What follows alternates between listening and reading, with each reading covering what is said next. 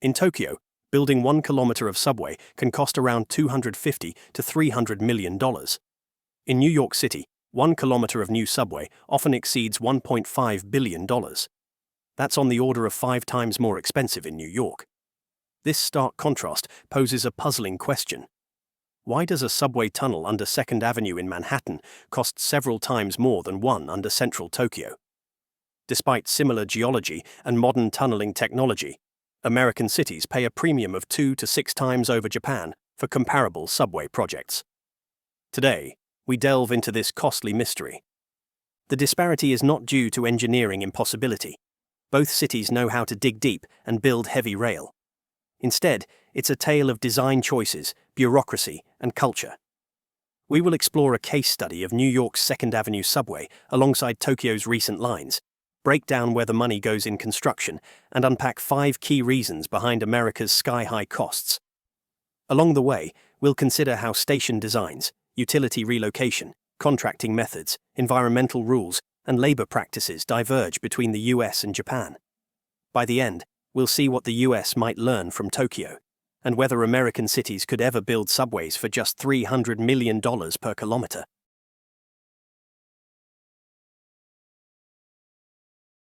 Let's compare 2 real-world projects. New York's 2nd Avenue subway, Phase 1, opened in 2017 after a decade of construction. It added 2.7 to 2.9 kilometers of new tunnel under Manhattan's East Side, with 3 spacious new stations at 72nd, 86th, and 96th Streets. The price tag, $4.45 billion for Phase 1. That comes out to roughly $1.7 billion per kilometer, making it one of the most expensive subway projects on Earth. It took about 10 years of construction work, 2007 to 2016, to complete those 3 stations and tunnels. Now look at Tokyo's subway expansions around the same era. Tokyo opened the Fukutoshin Line, Line 13, in stages between 1994 and 2008. The final central segment, Shibuya Ikebukuro, was built from 2001 to 2008. About 8.9 kilometers of new subway threading through dense districts. Its cost was approximately 250 billion yen, or roughly 2.0 to 2.2 billion US dollars. In per kilometer terms, that's around 208 to 280 million per kilometer. Even the Oedo Line, Tokyo's costliest subway line, was 43.5 kilometers long and cost about 1.3 trillion yen, approximately $12 billion, by 2000. That is about $275 million per kilometer, considered high for Japan, yet still a fraction of New York's rate. And notably, Tokyo built these lines relatively fast. The Oedo Line's 44-kilometer loop was constructed in about 14 years, 1986 to 2000.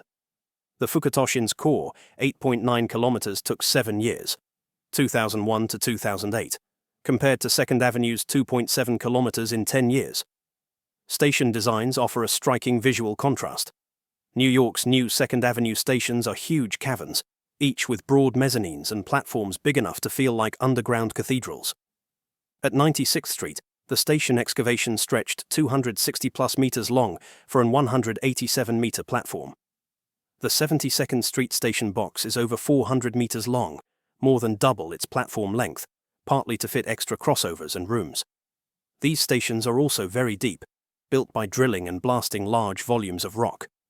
In contrast, Tokyo's stations, even on deep lines like Fukutoshin and Uedo, tend to be compact modular boxes. They are designed just big enough for their 8-car trains and passenger flows, often using standardized layouts.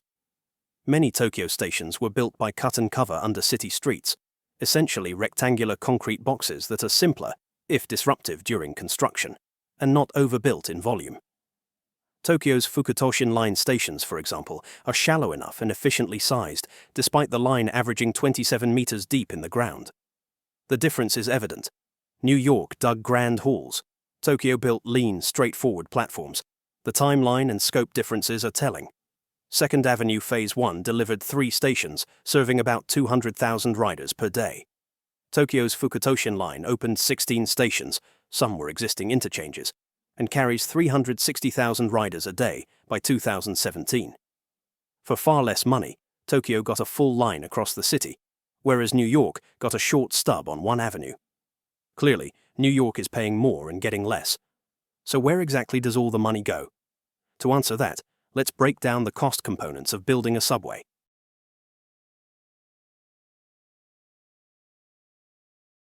Building a subway involves several major cost components.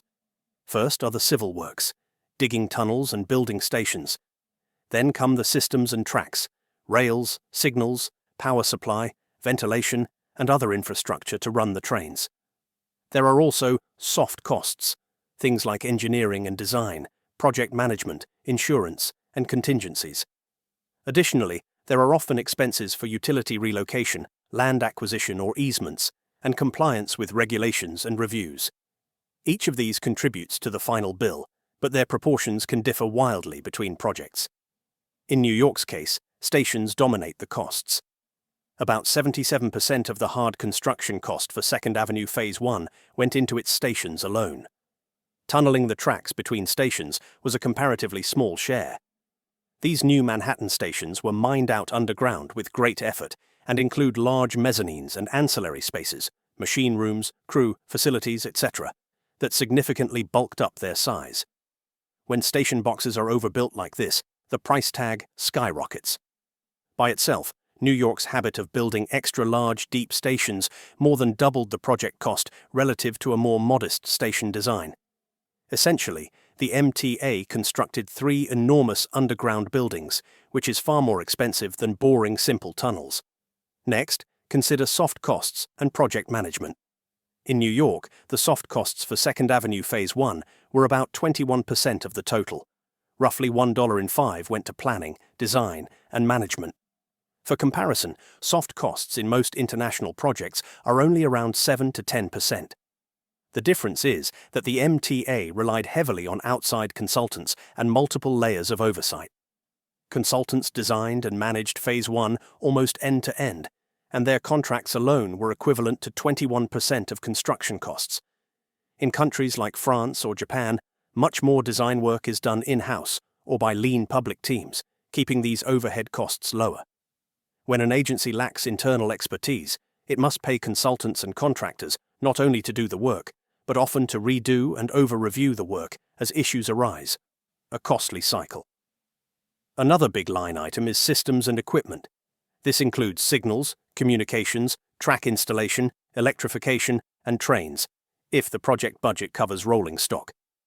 Systems are often a smaller fraction of cost compared to civil works, but they can become expensive if procured inefficiently. US projects sometimes use bespoke or outdated system designs that vendors charge more for. For example, agencies might insist on custom train designs instead of off-the-shelf models. In general, though, systems costs don't explain the huge gap between New York and Tokyo. Both cities install modern signals and tracks, and Japan's technology is as advanced as America's. The difference is more in how projects are managed and built. We also must mention the hidden costs of dealing with utilities and third parties. Under the streets of New York lies a spaghetti of water mains, gas lines, electric conduits, telecommunication cables, and sewers. Moving or protecting these utilities during construction can be enormously expensive and delay-ridden. Utilities often require the project to pay for upgrades or relocations that benefit the utility owners, not just the subway. And without accurate maps, crews in New York frequently encounter unexpected pipes or cables that force redesigns mid-project. Tokyo too has utilities under its roads, but as we'll see, Japan handles this process much more smoothly. In New York, utility relocation has been described as a nightmare, one that adds time and cost at every turn. Finally, there are costs tied up in regulatory compliance, legal processes, and community mitigation.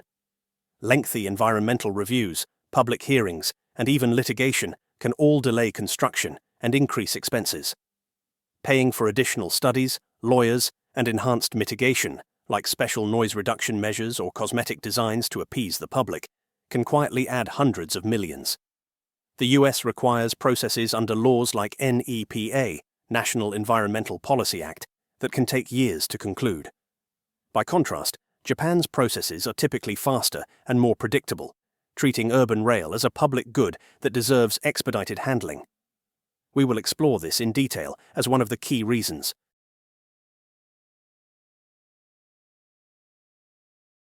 1. Station design. Bigger isn't better. One clear reason New York's subways cost more is the overbuilt station design. The new stations on 2nd Avenue are essentially giant underground malls, long mezzanine levels, wide open spaces, many elevators and escalators, and mezzanines that run the full length of the platform. They are far larger than necessary for the trains they serve. For instance, the platform length at 86th Street Station is 187 meters, but the station cavern runs about 300 meters. At 72nd Street it's even longer, around 400 meters, because the MTA insisted on adding track crossovers and extra rooms in the station box. All that extra volume had to be mined and lined with concrete, a huge expense. By one estimate, these station construction methods tripled the station costs through sheer overbuilding. New York also tends to put back-of-house facilities, offices, equipment rooms, crew quarters, in separate excavated spaces alongside the station, rather than stacking them above or around the passenger areas. This choice leads to digging bigger holes. Tokyo, and many European cities, take a more cost-effective approach to stations. Stations are right-sized. The dimensions are just enough for safe passenger circulation and required equipment. Standardized station designs are common, meaning each station isn't a unique mega-project. Tokyo has many stations built as simpler rectangular boxes directly under the road. They may have narrower mezzanines or none at all, often just a concourse at platform level or a small landing for ticket gates. Because Tokyo was willing to disrupt streets during construction, they could build cut-and-cover stations in shallower, compact forms.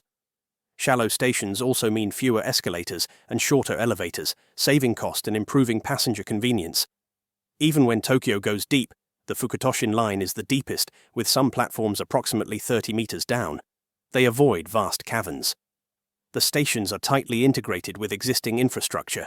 For example, at Shinjuku Sanchome, the Fukutoshin line station was slotted just 15 meters below an older line, threading the needle with only centimeters to spare. They managed this without carving out a huge void. Standardization versus bespoke design is critical. In New York's 2nd Avenue project, each of the 3 stations was designed almost from scratch, with even basic elements like escalators sourced from 2 different contractors. There was no cookie-cutter template, which meant no economies of repetition. Tokyo, by contrast, repeats proven designs. A ventilation shaft or platform layout that works on one line will be reused on the next. The result is not ugly or Spartan. Tokyo stations can be quite sleek and include artistic touches, but they aren't palatial in size. Stockholm's metro is an example given by researchers. It used standardized station engineering and achieved very low costs, yet each station was made visually distinct with art. The key is, don't dig more than you need. Shallow, compact stations built with cut and cover, when feasible, are much cheaper. One study noted that even in expensive projects worldwide, stations are the budget killers, not the tunnels. A mined, tunneled station can cost 1.5 times as much per cubic meter as a cut-and-cover station. We see exactly that on 2nd Avenue. The 2 deep cavern stations cost about 50% more per volume than the one cut-and-cover station at 96th Street.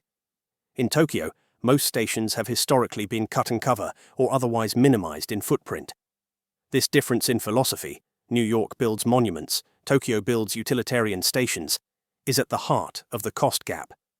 It's worth noting that New York's large stations weren't purely for show. They were partly a result of constraints. The MTA was reluctant to disrupt the street above during construction due to community and traffic concerns. So instead of digging a big trench from the surface, which would close the street, they mined underground. But mining large caverns without surface disruption actually forced stations to go deeper and larger, to accommodate all features underground. By contrast, cities like Paris or Tokyo will close a road and excavate a big pit for a station if needed, short-term pain for a cheaper build. In New York, they tried to keep 2nd Avenue open to traffic at all costs, which ironically raised costs. All those decisions resulted in stations that are overbuilt and over budget. Tokyo shows that a disciplined approach, smaller stations, cookie-cutter designs, willingness to cut and cover, yields dramatically lower costs per station. 2. Utility relocation, chaos versus coordination. Digging a subway under a modern city means dealing with a maze of utilities.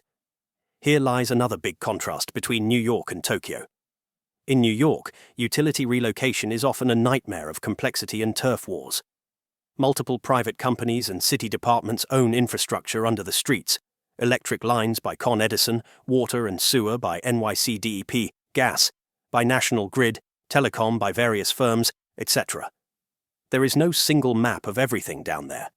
Contractors frequently uncover unexpected pipes or cables in their way, leading to work stoppages and redesigns. Each utility has the power to demand certain procedures. For example, the electric utility might insist that their own crews come supervise any handling of live cables. They often require the project to upgrade old lines at the project's expense as a condition of moving them.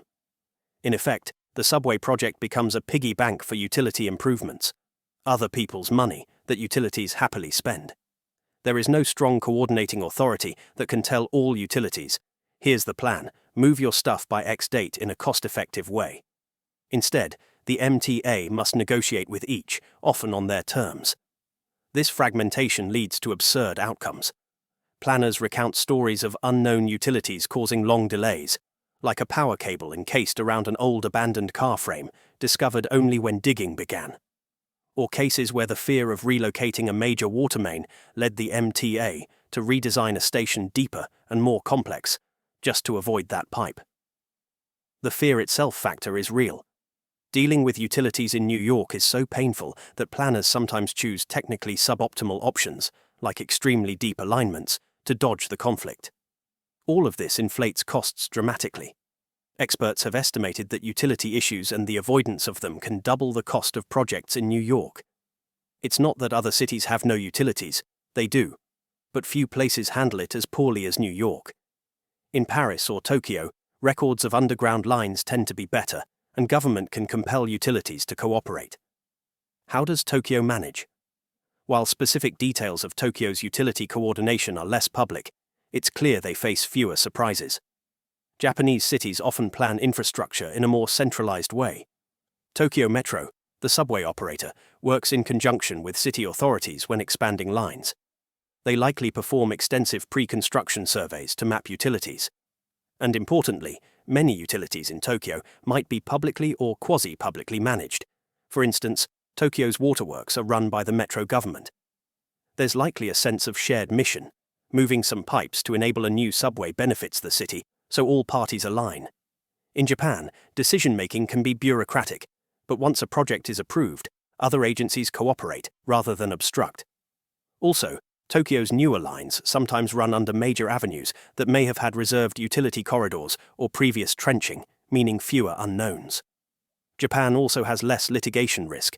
A utility company can't easily hold up the project with lawsuits or demands. Another strategy Tokyo uses is building deeper or in less crowded corridors preemptively, but doing so smartly.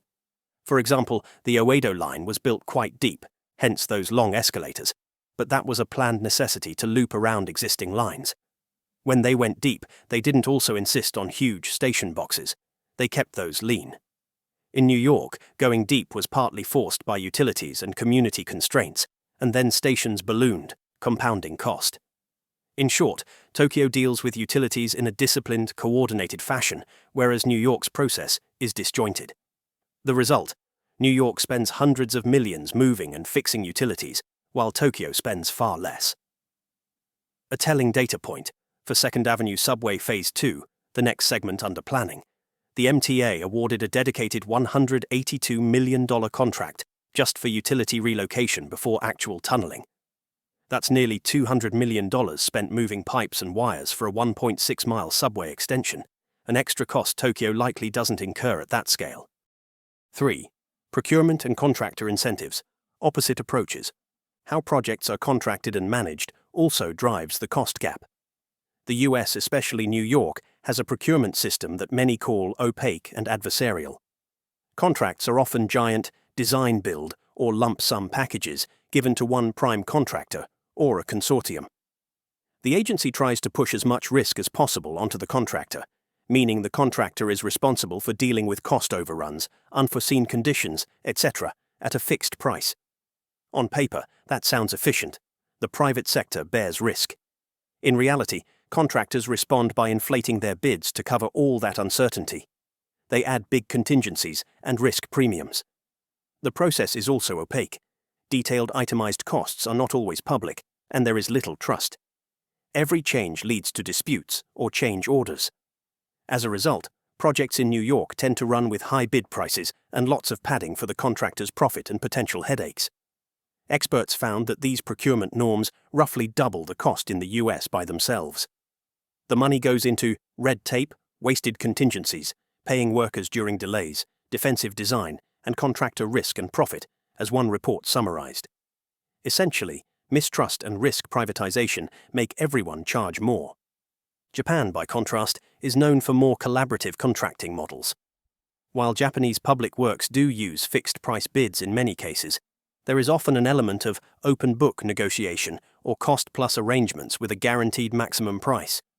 In other words, Japanese agencies and contractors can have a more transparent relationship where the actual costs are shared and examined, and the contractor gets a set fee or profit margin on top of actual costs. This is sometimes called the open book method. The contractor discloses bids from subcontractors and material costs to the client, so there's clarity on pricing.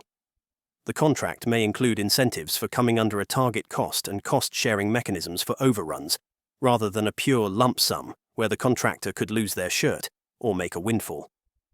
The advantage is transparency and risk sharing. The client, like Tokyo Metro, knows where the money is going, and the contractor doesn't need to add a giant risk buffer, since truly unforeseen issues can be negotiated rather than turning into lawsuits or bankruptcy. Moreover, Japan historically had a system of pre-qualification and repeat partnering with contractors that creates long-term expertise and trust. Big contractors like Obayashi, Kojima, or Taisei have built numerous rail lines in Tokyo. They are familiar with the standards and have a working relationship with the agencies. This can reduce the learning curve and prevent the kind of chronic change order games seen in the US. For example, in some US cities, certain firms bid low, then jack up the price with change orders, extra charges for any slight change. New York tried to curb that by blacklisting firms or writing ultra-detailed specs, but that often backfires by making contracts rigid and paperwork heavy. Japan's approach is more flexible. Problems are solved through technical consultation, not courtroom-like wrangling over contract clauses. There's also competition versus market concentration. In New York, very few contractors are capable of managing a huge subway project. Typically, only big joint ventures attempt it, and there's limited competition.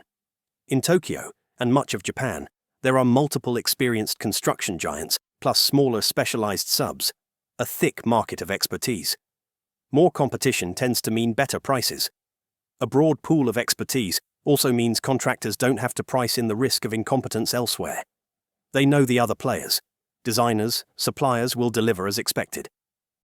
4. Labor and governance, productivity over wages.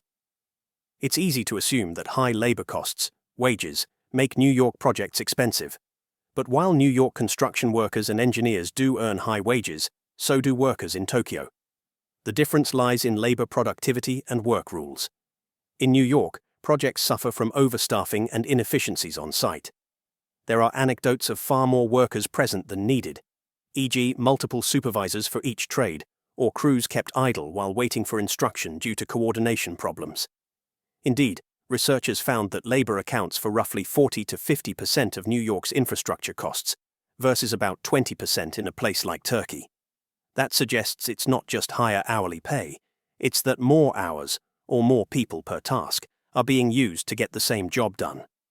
Union work rules in New York City might require, for instance, an extra flagman or safety inspector for certain tasks, or limit how tools are used, sometimes, leading to manual work where equipment could be used. There are also separate trades that cannot cross-work. One crew to dig, another to install rebar, another to pour concrete, each waiting on the other. If not well synchronized, this adds idle time. Additionally, New York's governance structure fragments accountability. The subway project is managed by the MTA, but oversight comes from multiple entities: the MTA board, the governor's office, federal monitors if federal funds are involved, etc. There are often too many cooks in the kitchen on management. The Transit Cost Project noted that on Boston's Green Line extension, at one point only a handful of MBTA staff were overseeing a huge consultant team, leading to little direct control. Similarly, for Second Avenue Phase 1, much of the work was effectively managed by consultants rather than a strong in-house team. The lack of an empowered, experienced public sector project manager meant that every decision could be slow or subject to committee debate. In Japan, large projects benefit from continuity of experienced teams, many of whom likely came up through previous metro builds. The culture in Japanese companies and agencies emphasizes not letting costs spiral out. There's professional pride in on-time, on-budget delivery. This aligns with the general Kaizen/improvement ethos.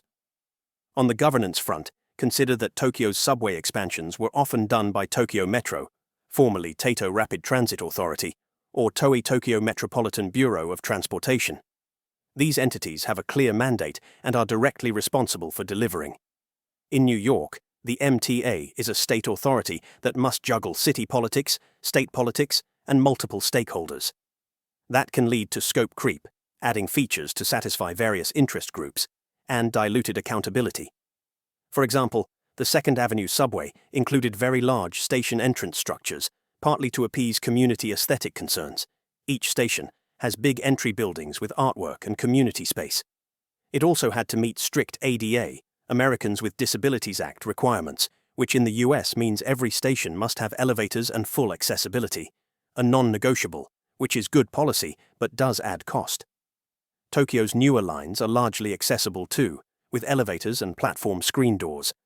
But older stations aren't fully retrofitted yet.